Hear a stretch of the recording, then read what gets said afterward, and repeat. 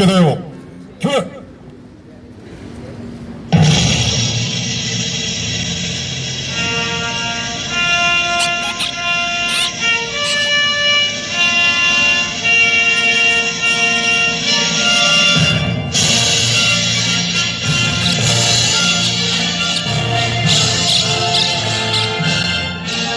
나는 자랑스러운 태극기야.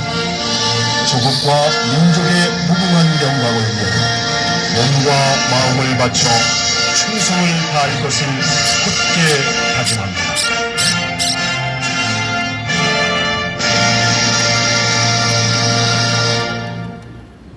바로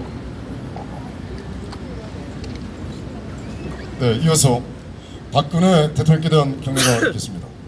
박근혜 대통령께 대하여 경례.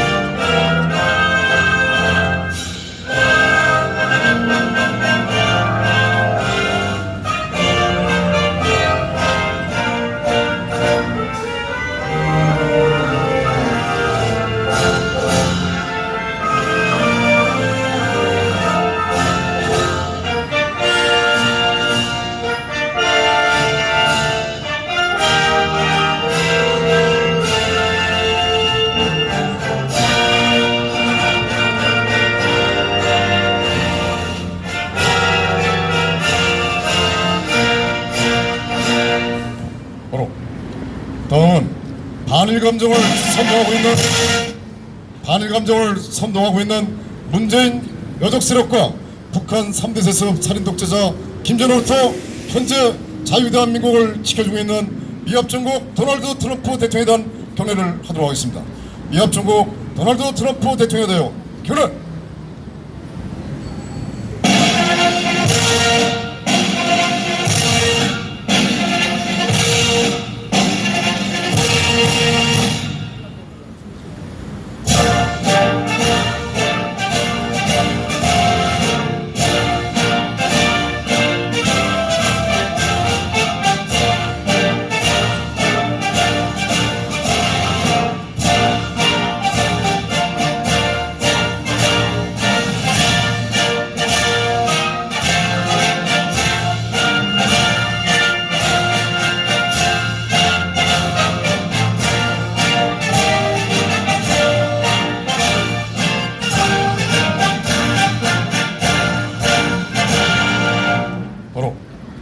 이어서 애국가 제창이 있겠습니다. 애국가는 반주에 맞춰서 4절까지 힘차게 부르시면 감사하겠습니다.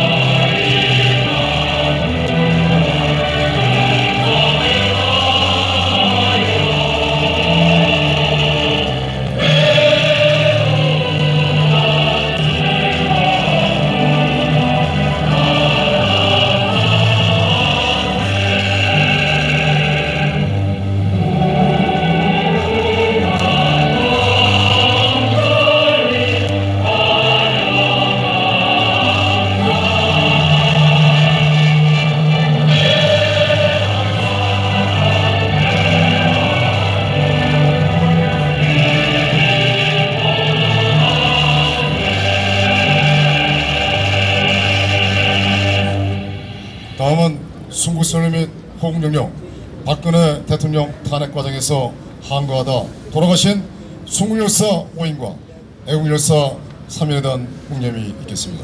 일독 묵념.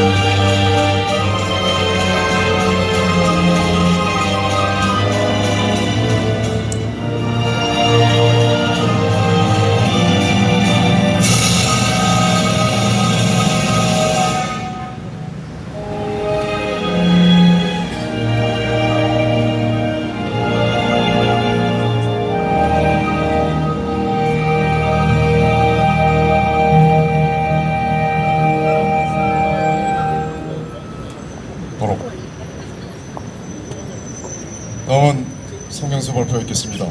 성명서는 반일파리 그만두고 사용증빙 명하라, 이 주제로 성명서를 발표하는데요.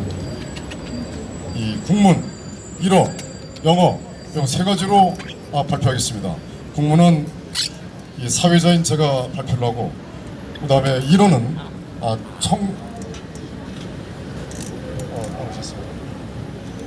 영어는 이 스레 탈출의 이 박성현 그렇습니다. 그러면 일본어는 전 육사 교수였던 우리 애국자님이 일본어를 맡아서 하시겠습니다. 그리고 영어는 이 스레 탈출의 박성현 대표가 기술하고 있습니다. 먼저 국문부터 발표하도록 하겠습니다.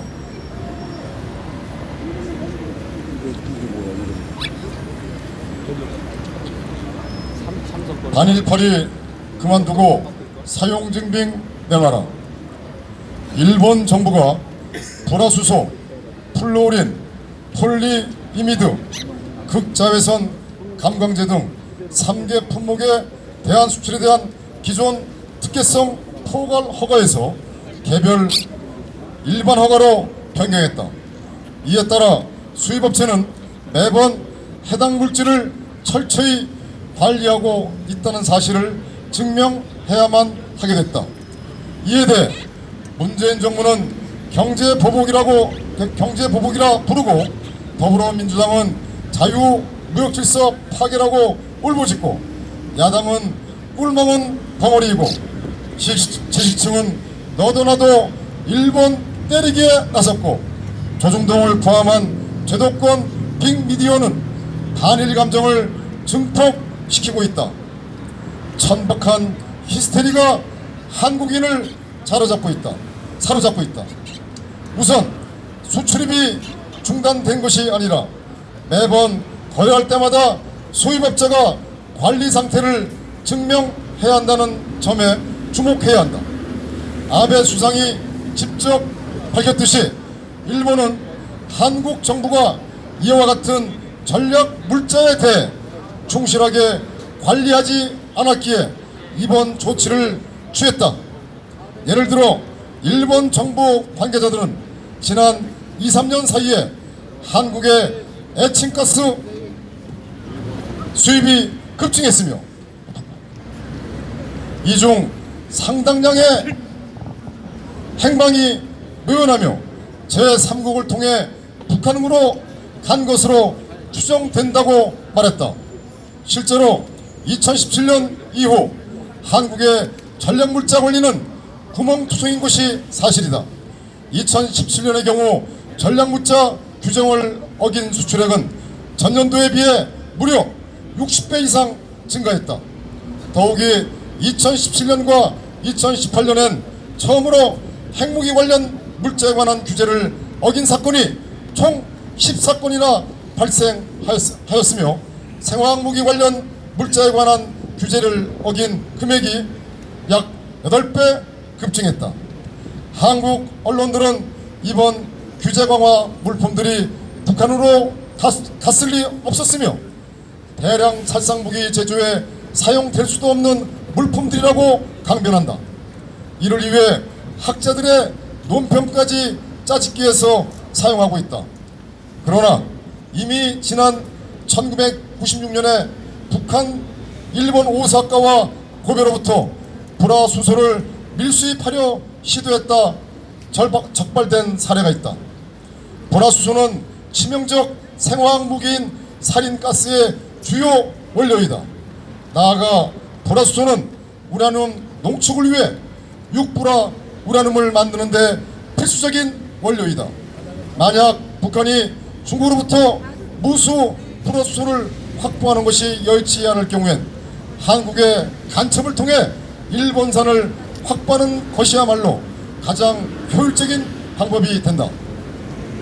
이에 이제 우리 한국인들은 냉정해져야 한다. 언론은 객관적인 사실을 이야기해야 한다. 정치인은 상황의 심각성을 직시해야 한다. 다행히 일본은 왜 이 같은 조치를 취했는가에 대해 명확한 근거를 제시했다. 그 이유는 이들 전략물자가 한국 수입업자를 통해 북한으로 다시 밀수출되고 있는 것으로 보인다. 이것이다. 따라서 우리 한국인이 해야 할 일은 투명하고 정확한 사용 내역을 밝히는 것이다. 행방이 묘연해진 물질이 없다면 일본이 한국을 오해한 케이스이다.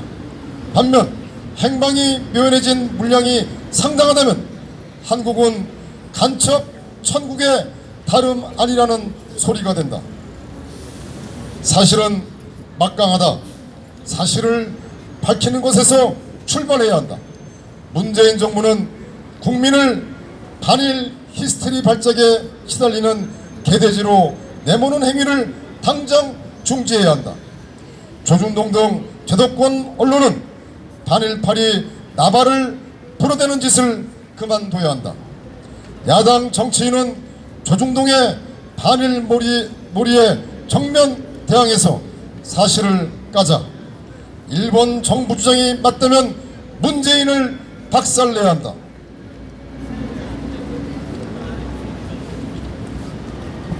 반면 그 주장이 허위라면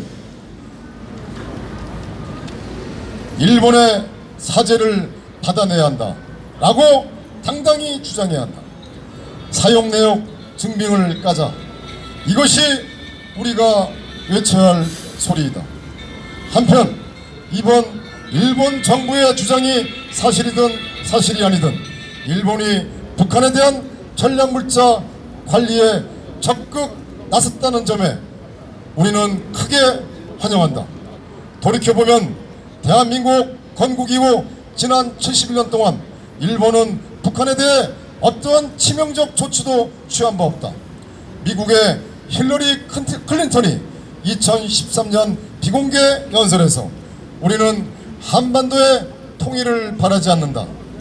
우리는 북한 체제 붕괴를 바라지 않는다라고 밝혔듯이 어쩌면 지난 71년 동안 일본의 한반도 정책은 분단 유지, 즉 김일성 전체주의 사교의 유지를 당연한 전제 조건으로 삼아왔던 것이 아닐까. 이번 조치는 비록 한국 수입업자가 북한을 위해 간첩질을 했다라는 의심을 수만하고 있다는 점에서 사실이든 사실이 아니든 그 자체가 매우 부끄러운 일이지만 궁극적으로는 북한 전체주의 사교를 정면으로 겨냥하고 있다는 점만큼은 인정하지 않을 수 없다. 지난 1950년대 말에서 1984년까지 약 25년 동안 일본은 거의 10만 명에 이르는 제1교포의 북송을 방조했다. 전체주의 사교가 지배하는 죽음의 공간으로 사람을 내보낸 것이다. 이는 단인류 범죄 방조 행위에 해당한다. 그 지경까지 타락했던 일본이 이제 북한을 정면으로 겨냥했다. 이제 비로소 일본인과 한국인은 형제요 이웃이 될 수 있는 계기를 잡은 것이 아닐까. 비로소 비록 그 첫 단추가 한국의 소유업자가 북한의 간첩 노릇을 했다라는 불미로운 사실 혹은 오해이지만 그 앞날은 푸르는 생명의 강물이 될 수 있다. 끝이 좋으면 다 좋다. 이번 사건은 그 진실이 어느 편으로 밝혀지든 한반도 북쪽에서 전체주의 사교를 끝장내고 동아시아 전체의 자유화를 이루는 것, 그 대도에 던져져 있는 작은 허물일 뿐이다. 감사합니다. 다음은